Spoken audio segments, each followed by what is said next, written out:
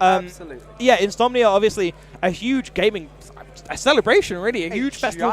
Takes place every year. It's been going on for ages now. Getting invited there is a pretty big privilege. Yes. And the fact that these tournaments are open to anyone is kind of the American dream kind of thing, right? Like, anyone can make it. Anyone can be successful. Climb to the top. And that's these one of the events most compelling things about Super Smash Bros. And about fighting games and about video games in general. How about life? Oh, my goodness. It's getting deep. Could we make such a deep comment? I think we could. I'd say, oh my god, I've forgotten the word again. Just say it. Just say the word. Just say the word. Mellifluous. Okay. All right. I'm going to get it in there. Absolutely. I'm going to get it in there. But yes, so hoping to see who progresses to potentially win and get a spot at Insomnia on the 20th of April. Now, I wonder which teams we're seeing now. I might just consult bracket and see. So, yeah. Really, guys, so many cool events coming up. This is just the beginning. March 23rd, March 30th, Scotland and Ireland. March 30th as well. If you're down for some more, if you're down for a more real serious brass tacks competitive environment, there's that Blast Zone 30 on the 30th of March. Oh, there's no doubt going to be another Albion this year, and I cannot tell you enough about Albion. I was a member of that team last year. Right, we helped put together, we helped put together Albion 3. Absolutely humongous event, and from what I hear, I can't say much. All I know is that plans are that it might just be a little bit bigger this year, and it was big last year. It was of an incredible magnitude last year, and it can only grow with this brand new game, and we are so excited to see where the Smash Brothers UK community takes it. It's really been flourishing in early Ultimate. And really with the UKIE circuit at the moment, obviously we have a part of which happening today, Wave Smash.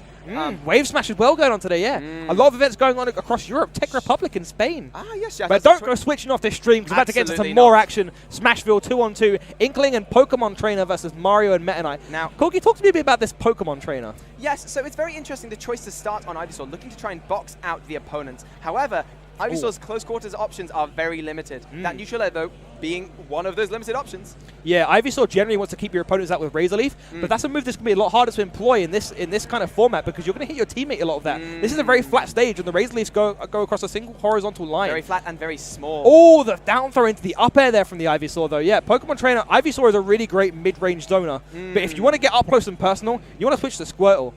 Absolutely, and it looks like, even at this high percent, he's not changing off Pokemon, so it looks like perhaps Damazing might just be an Ivysaur main, and that is laudable. Might just favor the Ivysaur. The roller onto the Meta Knight, I guess the forward smash, not quite going to take the stock. Oh my goodness. I believe this is the first Meta Knight I've seen all day as well. You know, it's the first Meta Knight I've seen in a long while, and he is doing very well to live this long. Meta Knight, one of the lighter characters in the game, changing to Charizard. Nearly a minute gone, no stocks taken.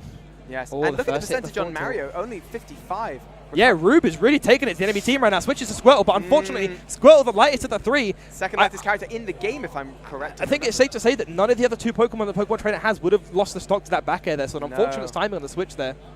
But the Smash Ball is here. Must have been desiring that particular way that Squirtle can recover with a very armored Skull Bash. Oh, the final smash. If you can get it, if you could have gotten it at the end of the stage, that would have been amazing. Would have covered the entire stage, and any damage you do to your partner is kind of negligible when you compare it to the damage you can do to two people on the opposite team.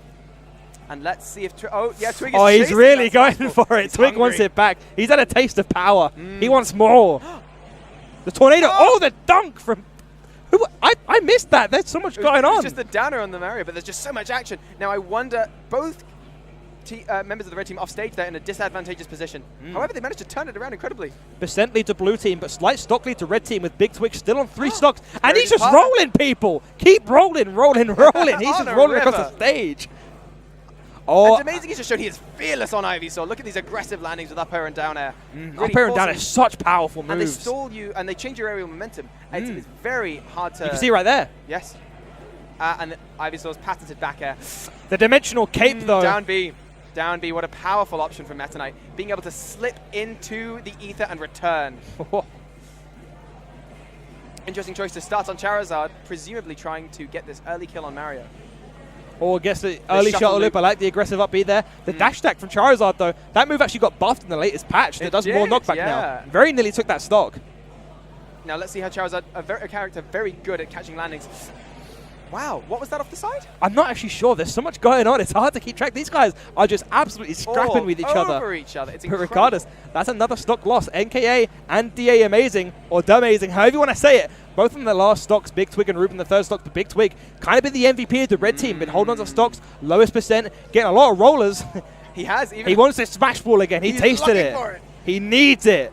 Oh my goodness, but Amazing had an opportunity to get that Smash I'm down Ball. for a triple finish.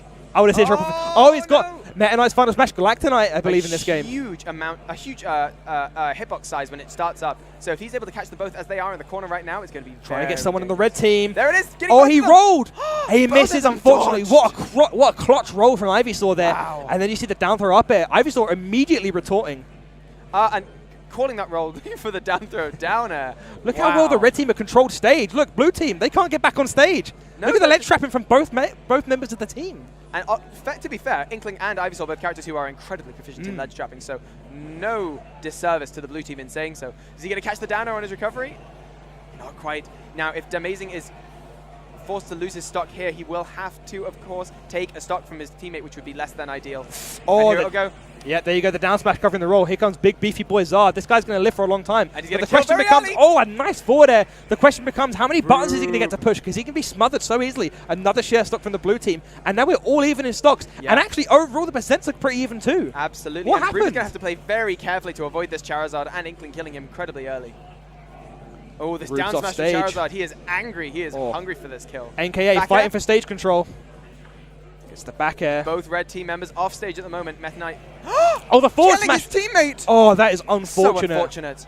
It was looking like an amazing piece of team synergy, and then all of a sudden, yeah, red team really had this in control, and blue team just slowly have nickeled and dimed their way back into this match.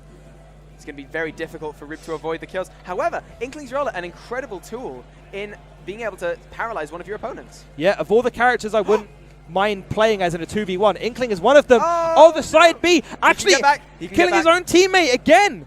I mean, the final smash might just decide this match. If Big Twig can avoid a kill move and get the smash ball.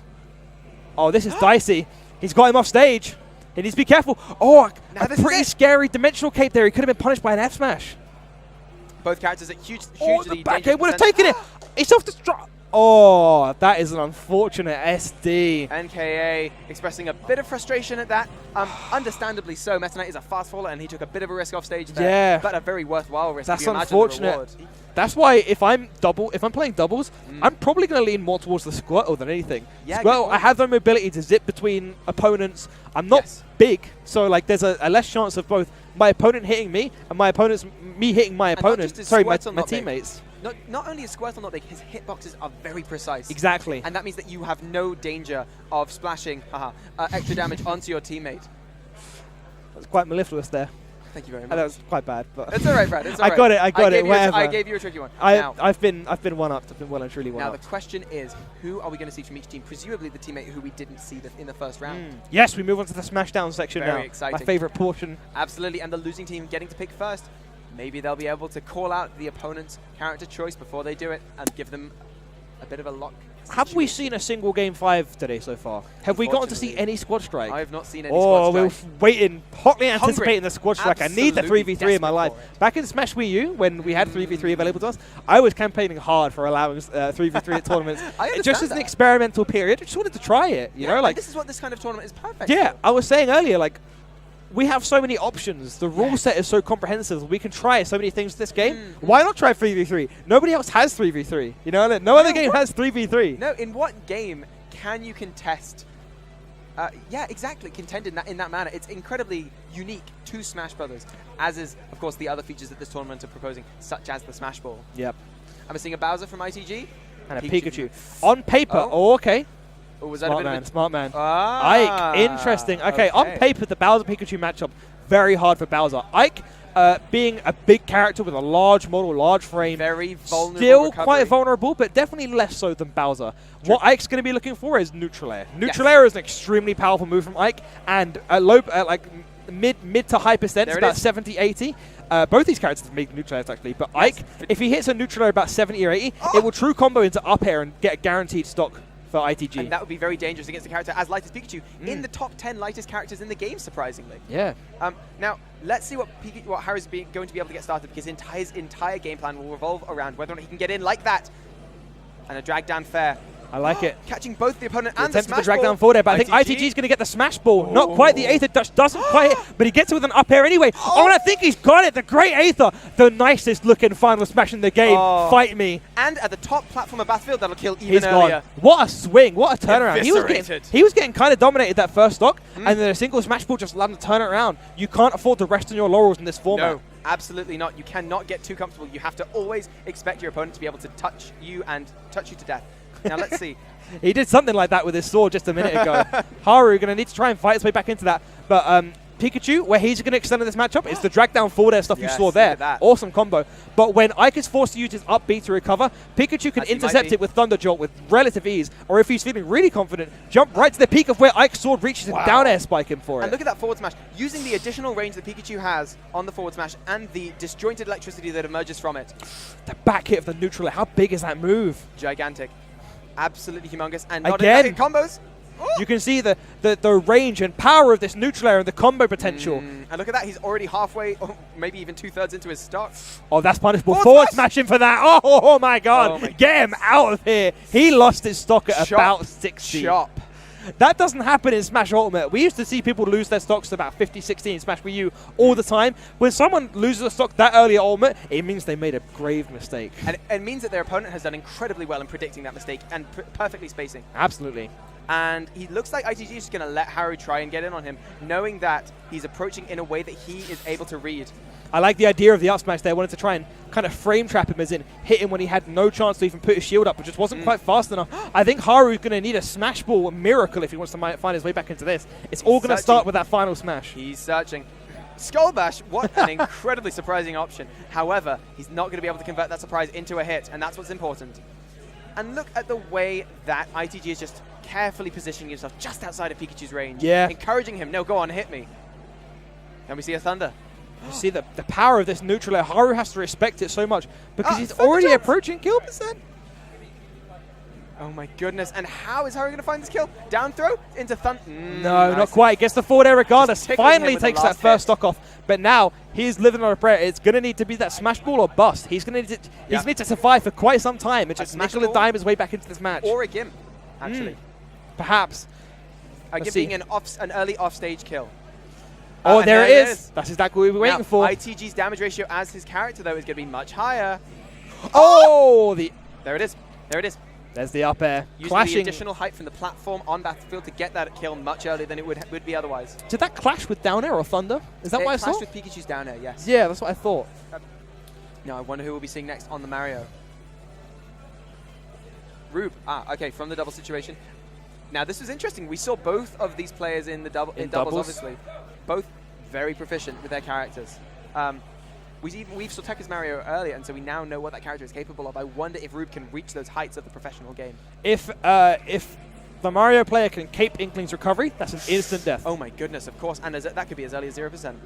Absolutely. All to play for. Now, okay, Big Twig is a player who was really impressing me in the double set, though. He was easily the stock tank, and me and Miller talked earlier about how when Inkling dashes, their profile becomes sported, they become harder to hit. Look, they transform into a squid, significantly harder to hit them like that. Much lower to the ground, meaning the aerial attacks are going to be almost ineffective entirely. And, you know, Big Twig is using the new movement in Smash Ultimate so incredibly well. Look at those dash dancing. Yep. Catching his option with Nair, but unfortunately, that neutral air is not going to be enough. Down throw up air. I think he could have squeezed another up air in there. Possible. But I think Rube wanted to try and mix it up a little bit. Absolutely. And it's very important to realize that in situations like this, combos aren't going to be entirely inescapable for the opponent. So you're going to have to pick what your opponent will do and work out how to punish it. Yeah, for sure. And they're just being so patient. Look at them, both players. I like this. Very patient neutral play. Yeah. Big Twig just trying to kind of space his opponent out with the back air. Inkling's back air, an extremely good move. It might not seem like it because it doesn't do a lot of knockback, but it's extremely frame positive on shield. And what that means is that after you place that back air on your opponent's shield, you can actually act quite a lot more before they can. Unfortunate directional air dodge directly down. Mario's meteor smashing forward air there being very dangerous at the ledge. However, Big Twig respecting it, knowing exactly where he needs to be in order to not get hit. And look at this, they're just being patient once more. Yeah. Final Destination lending that to him. And imagine if that roller had hit, that would have been a lot of damage. Not necessarily a kill, but a lot of damage. And there's that back air. Big Twig is dominating the stage at the moment. And of course, the thing about the Splat Bomb is that it will force your opponent's timing on the ledge, won't it? Yep. It makes ledge trapping that much easier. This has been a very methodical match. No stocks taken over a minute into the match, not even at 100% either. Neither of these characters is particularly well known for their ability to kill. Maybe Mario slightly more so with an up smash, but even then, it has to come off of a read or a big punish. Very true. Mario does not have any way of linking into his kill moves all that easily. And neither does Inkling, outside of the very dangerous roller. The forward throw to get him off stage. I like it. Commence the ledge trap. Maybe throw a splat bomb. No, trying to read a roll in. Trying to outspace whatever he was going to do there with the forward smash. And I just think Big Twig is being so smart with his... Oh, and that was an example of hurt boxes. We talked earlier about hurt boxes, the part of your model that can get hit. When Mario does that F smash, he steps back and his hurt box becomes smaller because his model becomes smaller. And he actually dodged out of the way of Inkling's landing aerial with the step side from the forward smash. And that's how he got the punish. Took that first stock. Now Big Twig is actually playing from behind. And Inkling has been noted to have a slightly worse situation when it comes to killing. So I wonder if the Smash Ball will be what Big Twig needs. We know he's hungry for it. If Oreo gets this game, it's going to be the first point on the board for the blue team. But Inkling has the final smash. And on a flat stage like this, it's very powerful. Very hard. And the back throw I think he should just pull the trigger now. I think he's going to look for the kill first. I like the idea, I suppose, but you risk getting hit so much and losing the Smash Ball entirely. That's very true. Unfortunately, overcommits on the grab. He's going to eat a lot of hits here. Surely going to lose the Smash Ball. 4 up airs and he didn't. He decides to do it. I like it. Good decision making from Big Twig. Imagine. Oh my goodness. So there we go. He finally gets the first stock. I honestly think it's an entirely real possibility that this match could just go to time. We're halfway through the timer now. You're so right. And of course, in that event, we have the extremely exciting Sudden Death to play through. Now, but that's if the match continues to go at the pace it has been. It's looking to speed up a little bit now as both players get a bit more antsy. Rube started to get a lot more damage. I like that. Roller into back air. He's all linked up. He's going to take a lot more damage when he's covered in ink. Yes, that's the new mechanic that Inkling has that's unique only to them. And Splat Bomb again, forcing Rube's timing. However, it looks like Big Twig is just trying to play it safe, play it calm. And the disadvantage is that, of course, he let Rube entirely back onto stage. Oh, Rube's keeping him in disadvantage now. Commence the ledge trap. Tries to use the flood to push him back further off stage to make it harder for him to get back. Of course, water being poisonous to an Inkling. I haven't played the Splatoon games, but I'll take your word for that.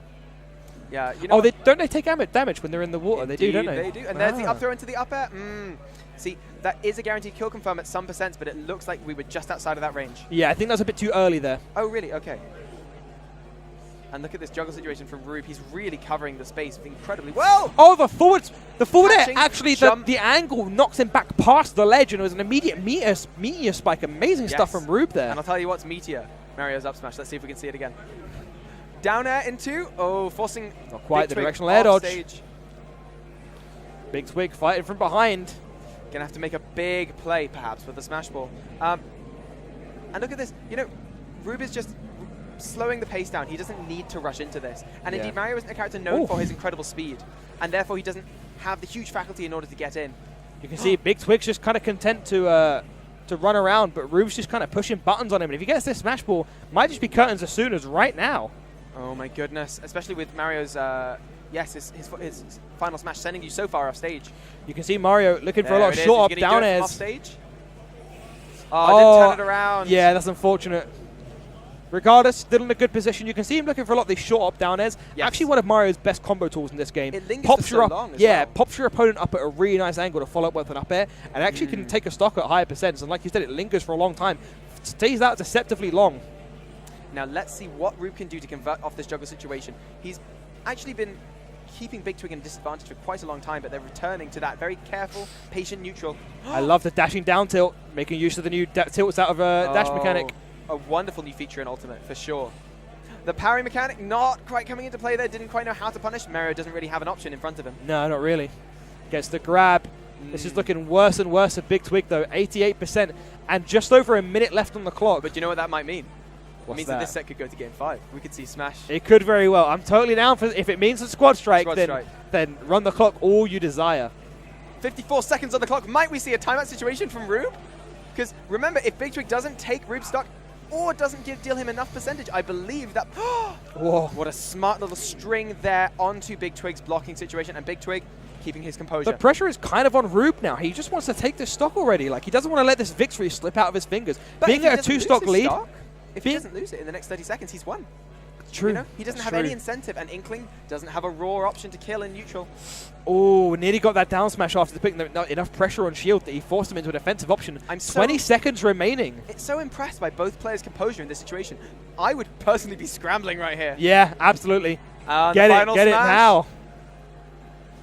Potentially going to Big Twig. This could decide the game. Oh, it's even stocks. If we go to time, I think this is sudden death. Is this going to slip out of Rube's fingers? I don't think so. He was leading the whole game, and he could just use the final smash to time out. Now, I might. What happens now? Is this? I think they might play it out. Oh, I believe they're in fact playing the sudden death. The stream layout has changed, but Big Twig actually got the forward air and got the win. Unfortunately, our streamer missed the sudden death, guys. We apologize. Minor technical difficulties. In case the match times out during a stock and squad strike, the in-game sudden death should be played. I'm not sure.